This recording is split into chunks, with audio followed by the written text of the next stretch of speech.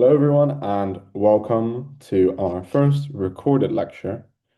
This will be a follow-up series for those who are unable to make reading groups, and it will give you a consolidated idea of what happened in the lecture.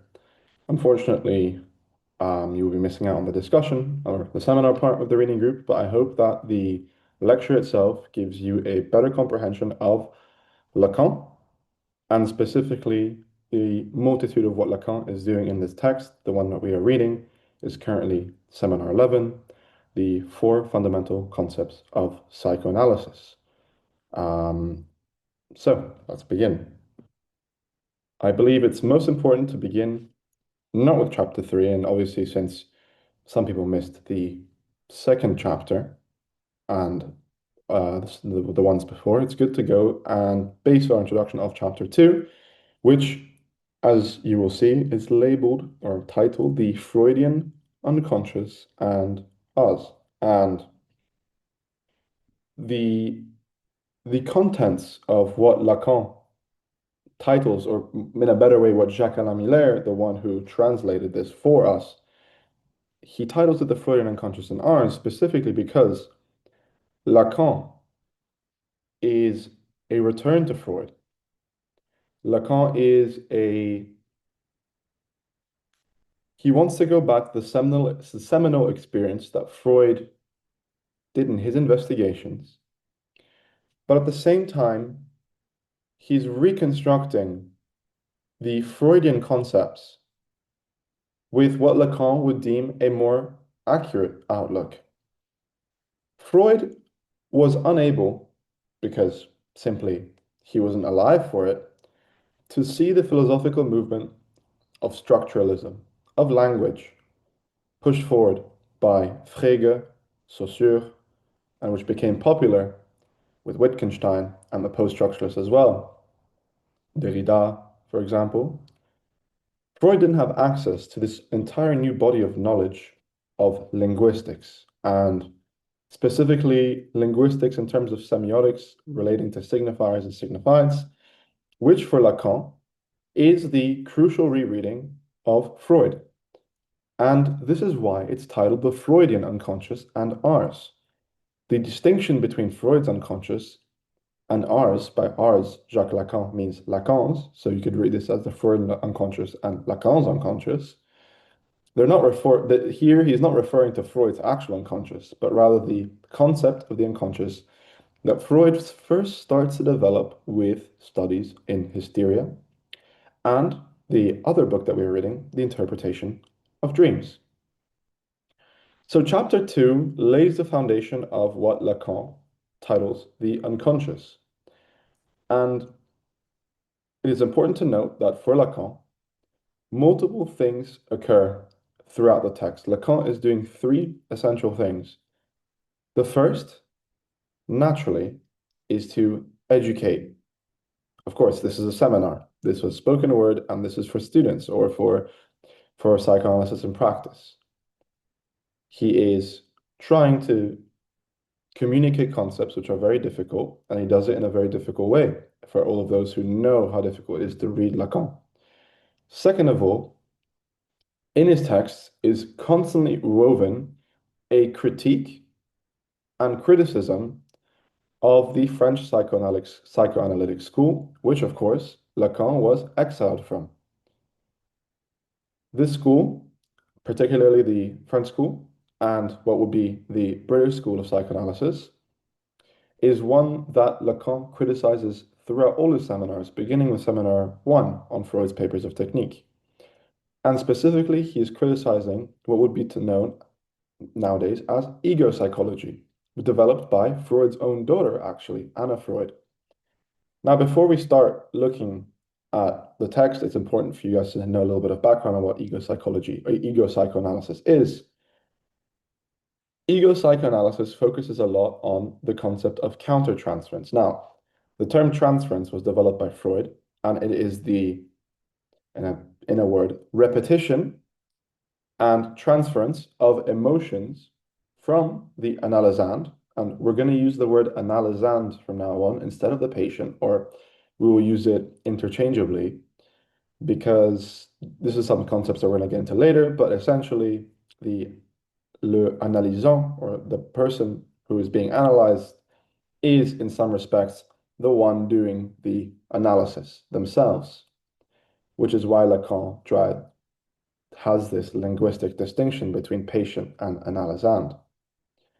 Um, Returning to ego psychology, Lacan claims that the ego psychologists always miss something very important.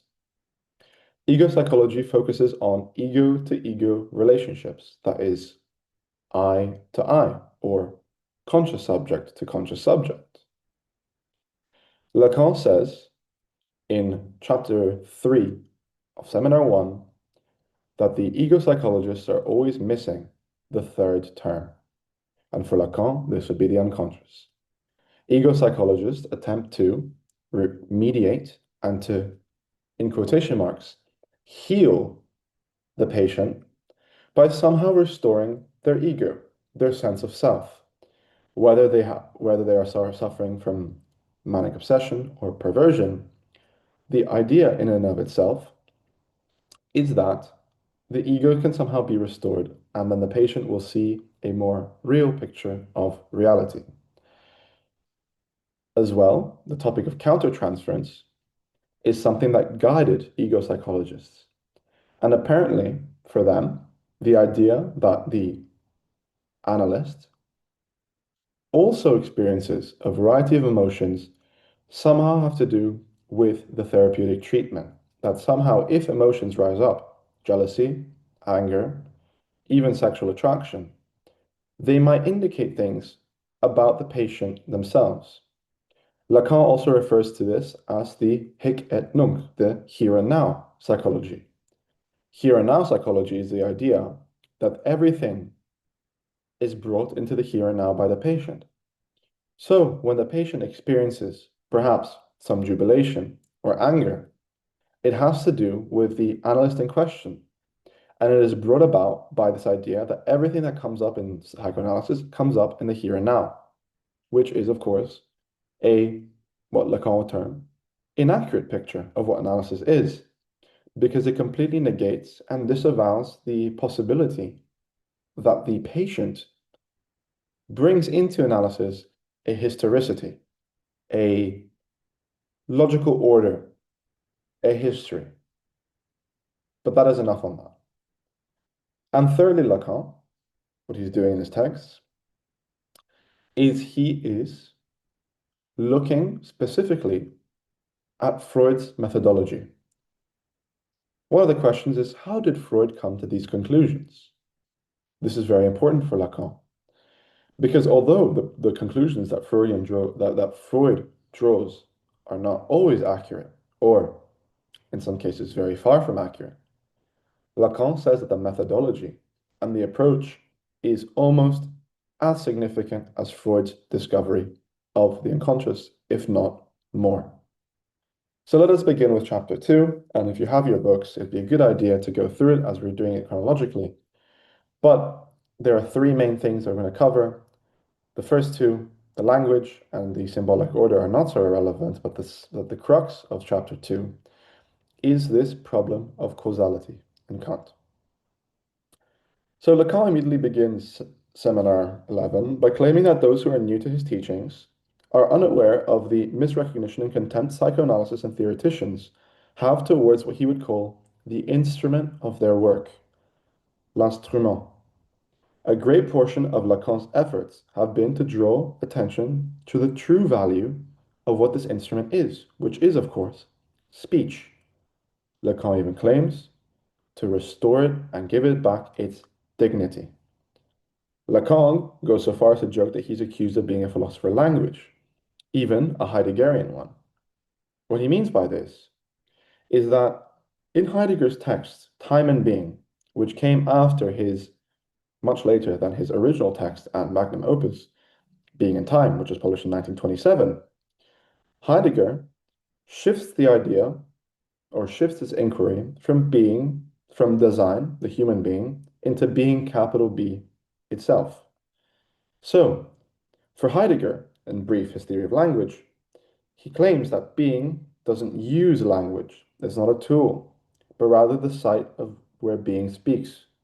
The home is what Heidegger called it. We see some strong similarities with Lacan. Lacan claims that language is the medium through which a world appears. We are thrown into language, already full of meanings and historical disclosures. Our thinking is shaped by the language that precedes us. So for Lacan, from a Heideggerian lineage, language is ontological and never purely semiotic. So, two important things to remember about Lacan is that language always precedes the subject. The best example of this, for example, is taking consideration a woman is pregnant with a 6-month-old baby. The parents, the family, the friends might already be speaking about the unborn child. I hope they will be tall, successful, make a lot of money. I wonder what color eyes he has, etc.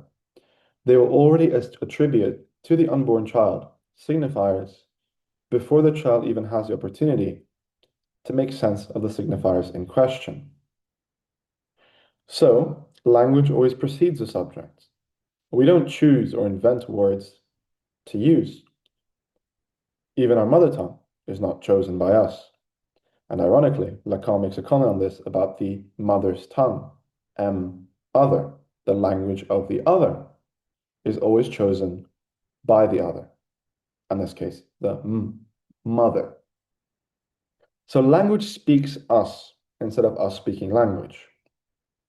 But of course, there are some distinctions between Heidegger and Lacan himself, which are beyond the scope of this brief introduction. Lacan claims that his theory of language is merely what he would call a propedeutic project, a seminal experience. Lacan, in Seminar 11, will address 4 Freudian concepts, namely the unconscious, repetition, transference, and the drive. And you'll notice that Lacan refers to a question mark with the arrows following the unconscious and repetition. Lacan claims that we can never attain concrete definitions of the terms. We can only approach it as we do a limit.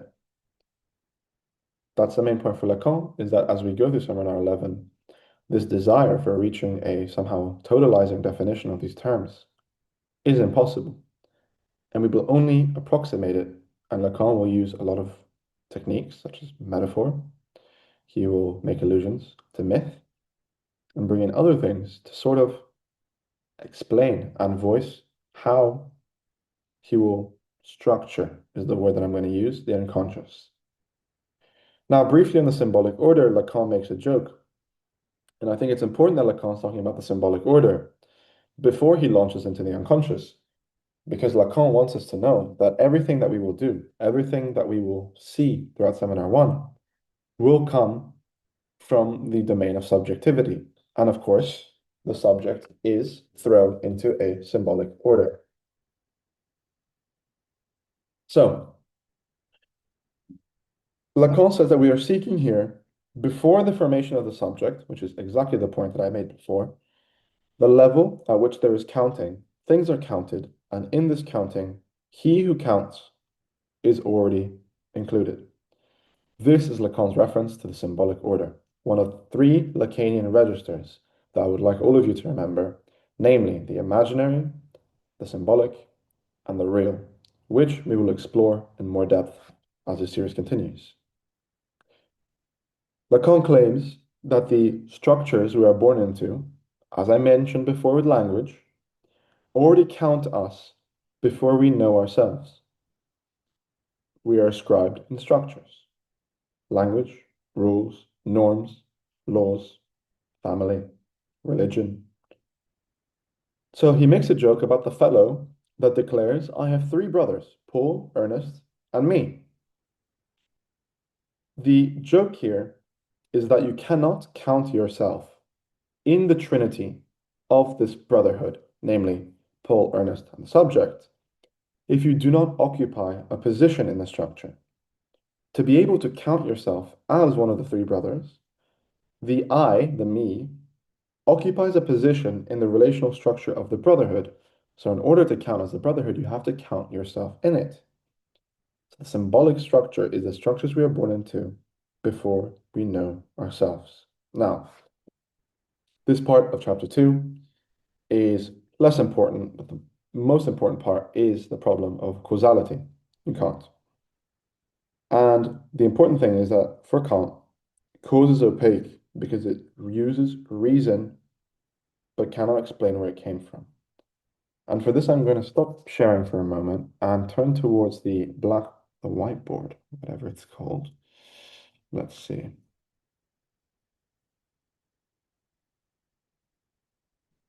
There we are.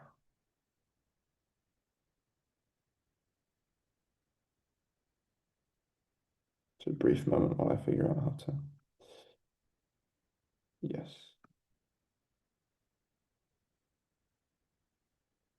Perfect. I hope all of you can see this whiteboard.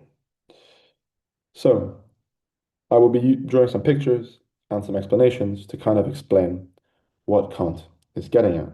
So before, Kant sees a problem in causality.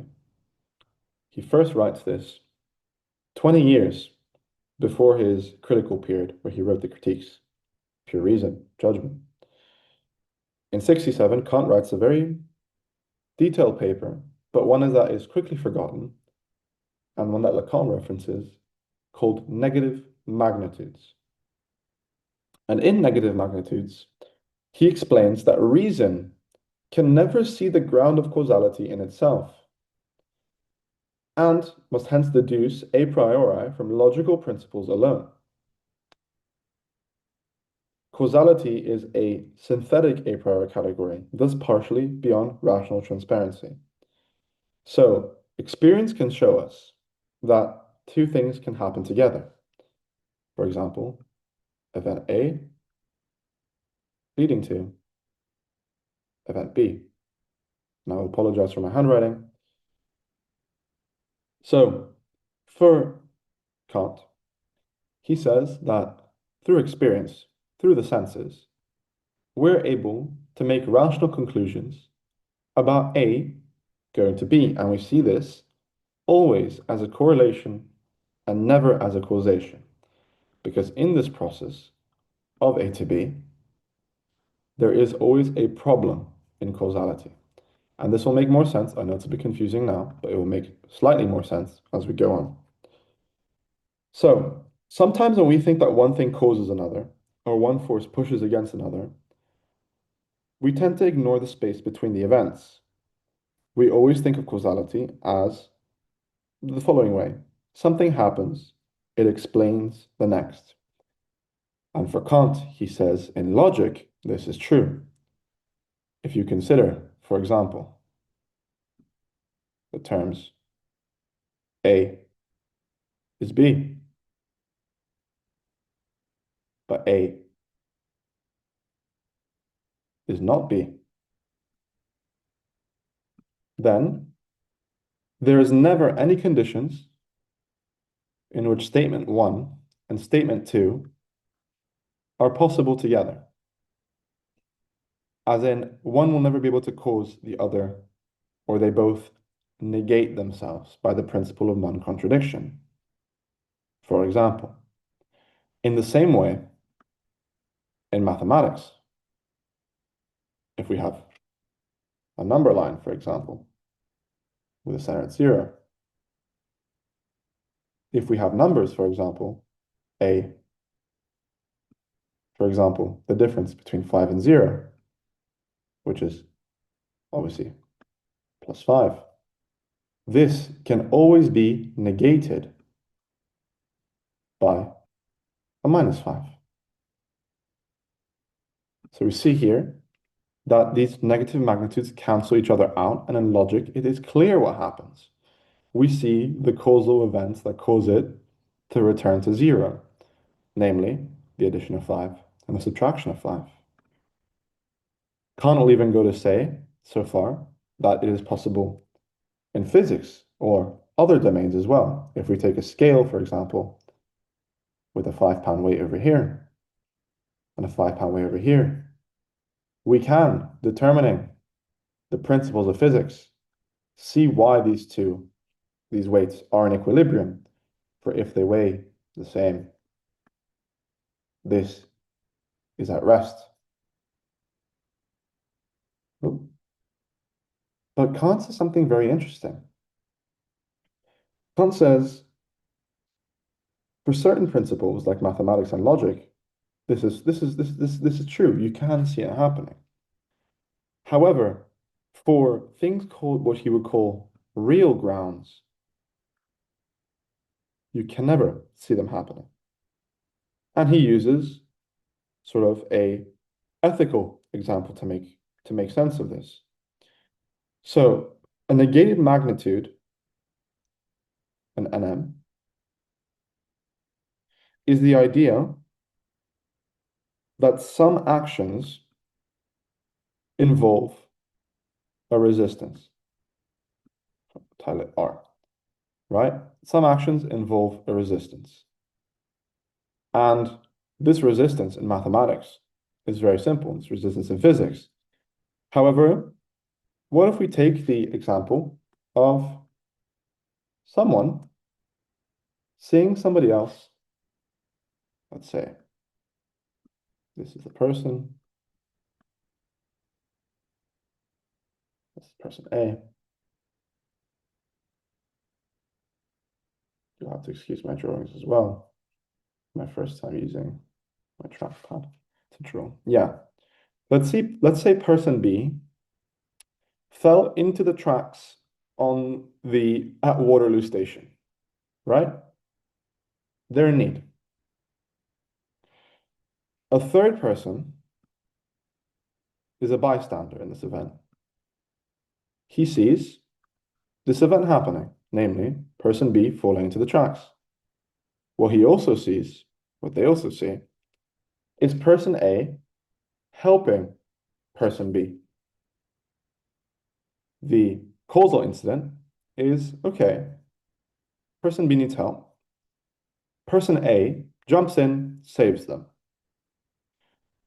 Kant explains that the third thing that this bystander can never see is person A's internal resistance, called the IR, the internal resistance. So maybe person A was motivated by being a good citizen or having a strong sense of duty or feeling pity for person B, jumps in and saves them. But what they will never see is the internal resistance, which perhaps, since this person saved them, is not as strong as a sense of duty. The internal resistance here could be various things, such as fear. I'm afraid that if I help this person, I also myself might die. Or laziness, or what Kant would call miserliness, or purely because person A had a bad day and doesn't feel like doing anything. This is a strange example, but it will make more sense if we consider other events, like in physical realities.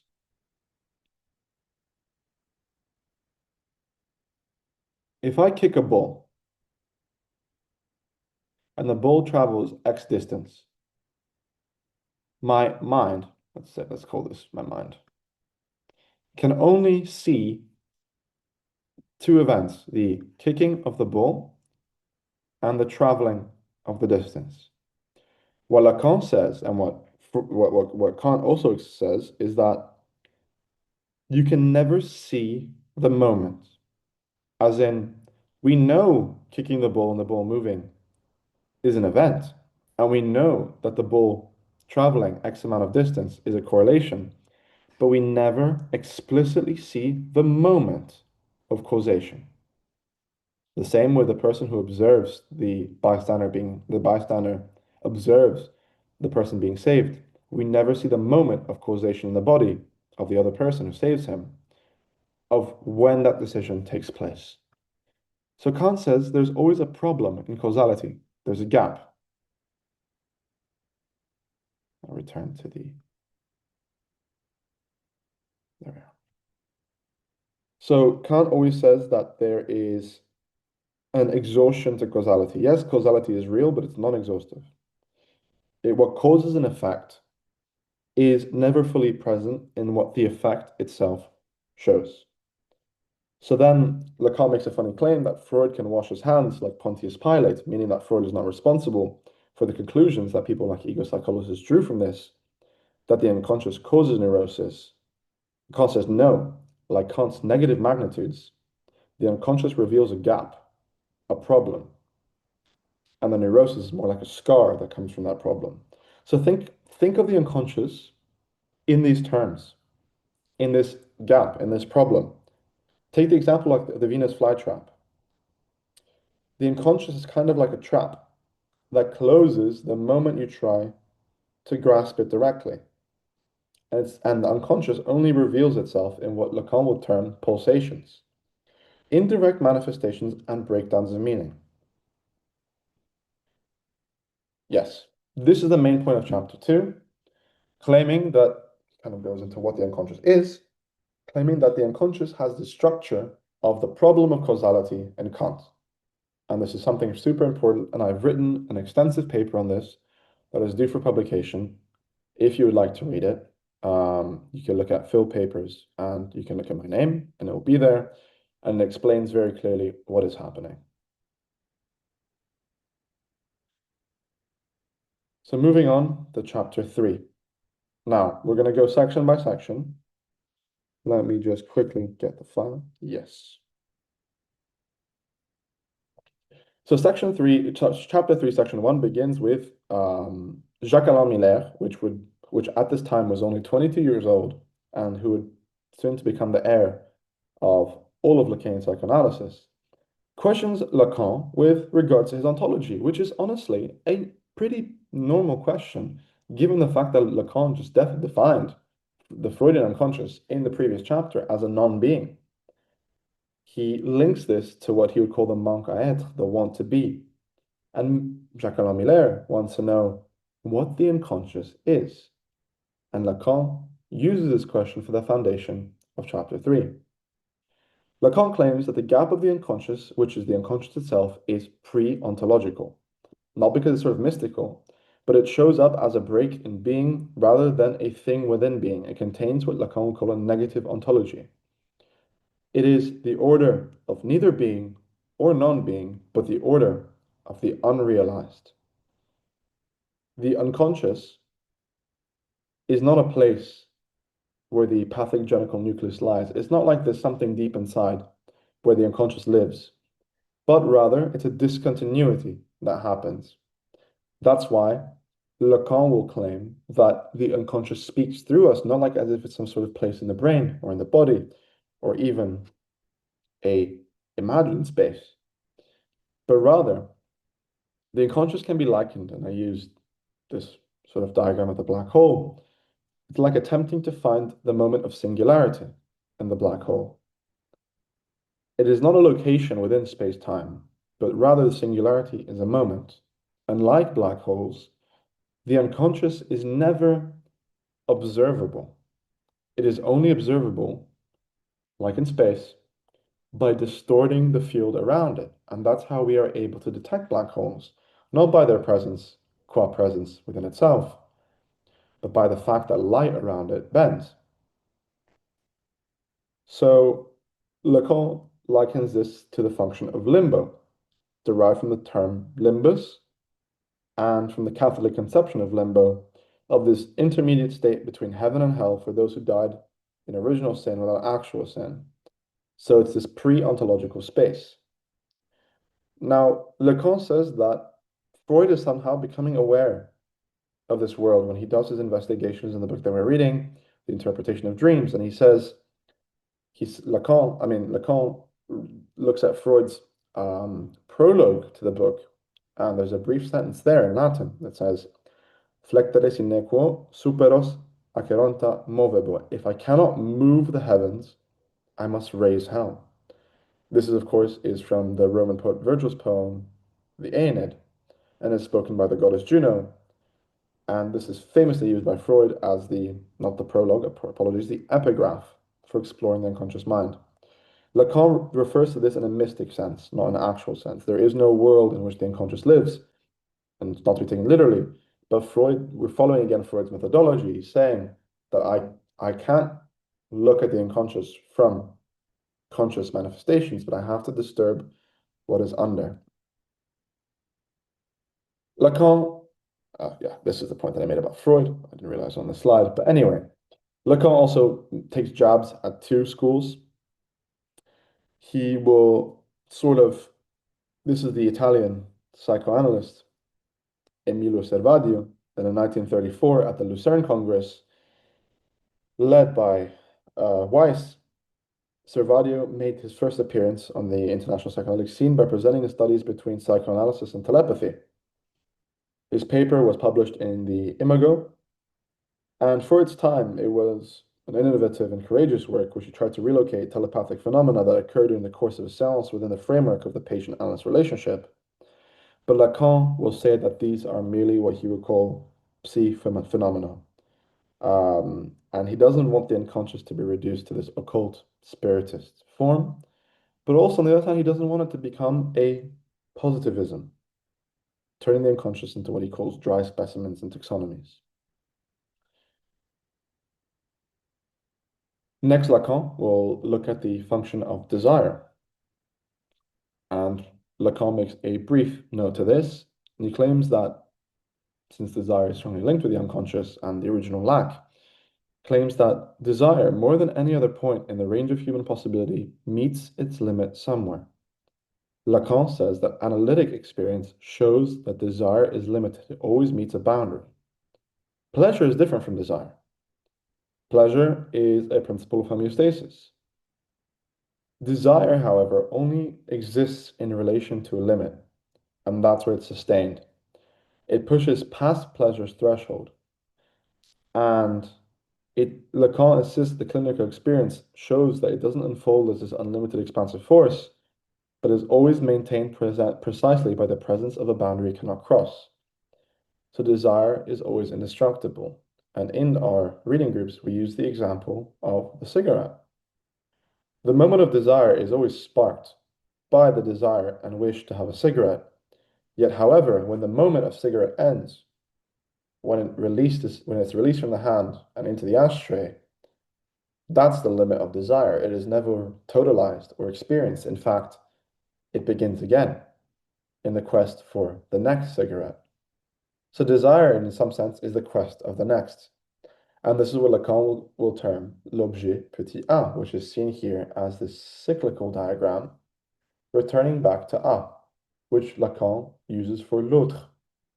Essentially, the objet petit a is a stand-in, a function, almost mathematical, for all objects of desire. And the English translation of objet petit a is the object cause of desire, not the object of desire itself, because it causes the desire for a particular object.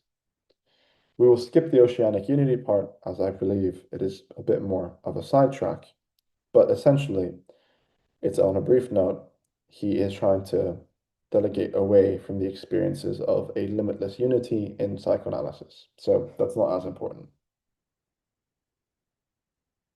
So Lacan claims that what is ontic, and ontic means relating to entities, facts, material things, relating to real as opposed to phenomenal existence, in the function of the unconscious, is the split through which something is brought up for a moment.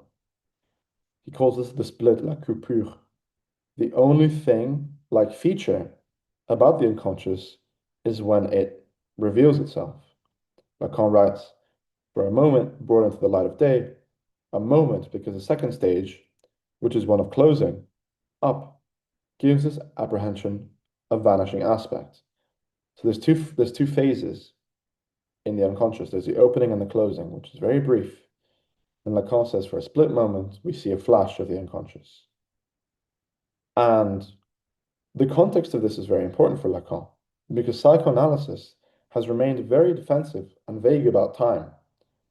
Since the unconscious for Lacan is outside space and time, it doesn't obey the rules of space and time. There's no narrative or clock time in the unconscious. And there's this amazing, very long essay written by Ignacio Mate Blanco, a Chilean psychoanalyst, which is actually a topic now that I'm working on significantly, he brings up the concept of asymmetry and symmetry in terms of infinite sets. And he claims the unconscious itself doesn't operate on a narrative or clock time form like the conscious mind. We're able to distinguish between an hour ago and 3 days ago in our mind, but the unconscious doesn't work that way. The unconscious works on symmetries, and it cannot tell the difference between this moment and the past, such as when a victim of PTSD suddenly is triggered by a sound or a smell and is brought back into the present moment, the exact same sheer terror that they experience at the original moment of the trauma means that temporality itself doesn't exist between the two. So Lacan wants to circumscribe the unconscious in a structure, a temporal time. And this is a topic called logical time, which we will be exploring this upcoming reading group in chapter 4. So ontically, the unconscious is elusive, but we can attempt to circumscribe it in a structure, a temporal structure. So Lacan claims in the second section that analytic experience shows disdain for what appears in this gap. He claims the analytic tradition didn't feed blood the shades, didn't feed with blood the shades, which is an image taken from the Odyssey. And Odysseus can only make the dead speak by feeding them blood anyway. The unconscious speaks itself only from the gap. However, the analytic tradition attempts to speak as a prophet. Remember earlier I talked about ego analysis, about how everything is in the here and now, essentially in the here and now. And there's a great example by Margaret Little, or Lacan's reading of Margaret Little in Seminar 1. But essentially, the problem with ego analysis is that ego analysts always try to attribute meaning to the here and now. For example, if the patient comes in and is angry, for example, the analyst will interpret it, perhaps, as the fact that they are begrudging the analyst themselves and that there's a problem with countertransference or the relationship. But Lacan's complaint is that analytic practice always tries to close the gap, to sort of stitch it up, the gap of the unconscious, the gap that reveals itself, to make things make sense instead of letting the structural rupture do its work. Another complaint is that transference is repetition. Historically, what happened was for Freud, and this is how he reaches the idea of transference, Freud encounters repetition through transference with a patient. Patients reenact the past with the analyst. Repetition was first noticed in the analyst-analysand relationship. So the conclusion drawn by people is that the concept of repetition has something to do with the concept of transfer. But Lacan says, no, the concept of repetition has nothing to do with the concept of transference, although repetition and transference may occur simultaneously. The discovery of a concept is not the concept itself. This is the most important part of this entire chapter, and he will return to Jacques Lamiller's question. He claims a very profound claim that the status of the unconscious is ethical. The difference between ontics and ethics, let's take this for a minute. Ontics is what exists as a thing, an object, or determinate entity, a brain region, a system, a mental context, structure you can point to. Ethical, and it's not taken in the exact term of ethical itself, for Lacan, is a position towards what insists regardless of comfort, coherence, or reassurance. So Lacan claims that the unconscious is very fragile on the ontic plane. Again, it only reveals itself at gaps. However, the unconscious exists only insofar as someone is willing to follow where it leads. Freud makes two important quotes. He says, wherever it is, I must go there. And there is the country where I shall take my people, which is biblical allusion for Freud. The unconscious is therefore constituted as ethical, again, by looking at Freud's methodology, because if the analyst refuses to pursue the unconscious always disappears. It's not there. The unconscious is only revealed insofar as the analyst wishes to probe it open. This is not to take literally that the analyst needs to open the unconscious or that Freud is some sort of courageous, brave scientist in the face of something really scary of a heroism, but it's just the refusal to turn away. Next, Lacan does a rereading of the dream of the burning child. However, we will be addressing this later on in the reading groups, and if you wish, I will send a document that I'm working on right now for this specific section, and you can read it over. However, I think it might be a bit redundant, seeing as that we're going to cover this in the next section that we'll be talking about. Yes, the last important part is that for Freud, the methodology in question is Cartesian. He's not on the quest for truth, qua truth, and this is important that we have to keep this in mind as we continue to do our readings in Lacan. There's a difference between truth and certainty, Gewissheit. Freud does never begins with objective truth corresponds to verification, but he begins with the fact that the subject is certain that something is happening to them, even if they don't know what that is. This is Gewissheit, subjective certainty. And doubt, in fact, is a support of certainty, as doubt always points to resistance. So it's not important whether the subject itself is telling the truth about the events that happen to them, but rather when the patient themselves doubts, it can point to the fact that something is either being repressed or defended. And Freud wishes to express that as you must follow this doubt. And this is one of Lacan's most devastating formulations because the asymmetry with Descartes is, for Descartes is I doubt whether everything is real. I know that the only thing that I can do is think. I'm a thinking being. This is the cogito. And I am because God himself guarantees truth. But Freud says the opposite. He says thought is certain, but it is never mine. So the subject is never the master in his own house because thought always precedes the ego. So there is no I in thought itself. And this is the important part for Freud is that the fear of the patient is that the patient will lead the analyst somehow astray, right? The patient is worried that maybe I'm hiding something and not telling the truth, but Lacan says this is essential because following untruth leads us to certainty. So that's the part about deception and truth. And Lacan briefly mentions two cases at the end of the chapter, which, if you are interested, you may write to me, and I will maybe attempt to explain them in more detail. But Lacan ends with this claim that the desire is the desire of the other, and that's something you're going to see a lot in Lacan. And he uses specifically the cases of Dora and the homosexual girl.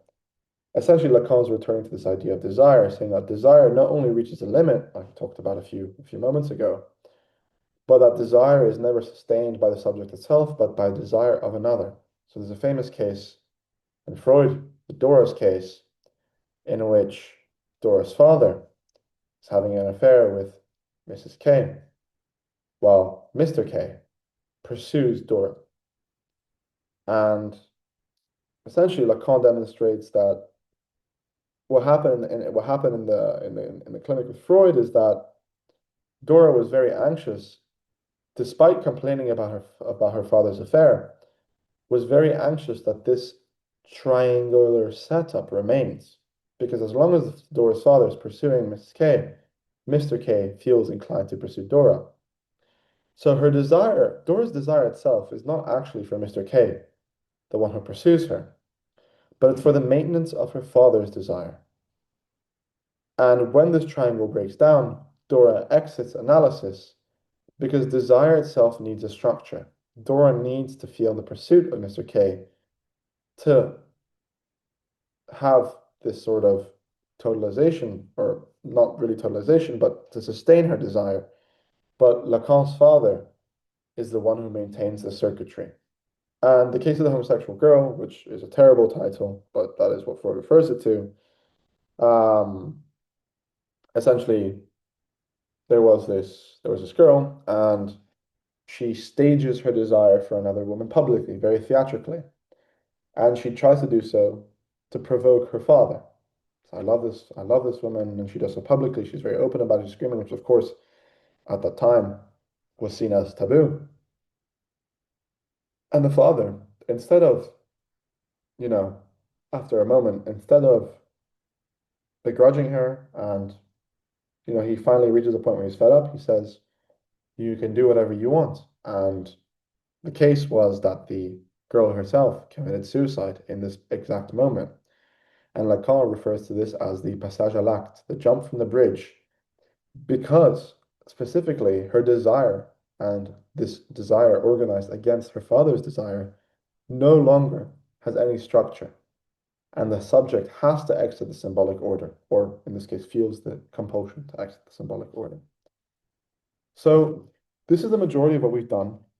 And unfortunately, this recorded lecture is never as good as the one in person, since I'm slightly more inspired and bringing more examples when it is in person. But I do hope that I gave you a understanding of the chapter to its greatest possible extent. And of course, if there are any questions, please feel free to write to me or to ask them in the Institute 17 chat. And if you're able to make it to the next section, you may always bring questions there, which I will continue to explain, of course. But thank you very much, and we will see you at the next reading group.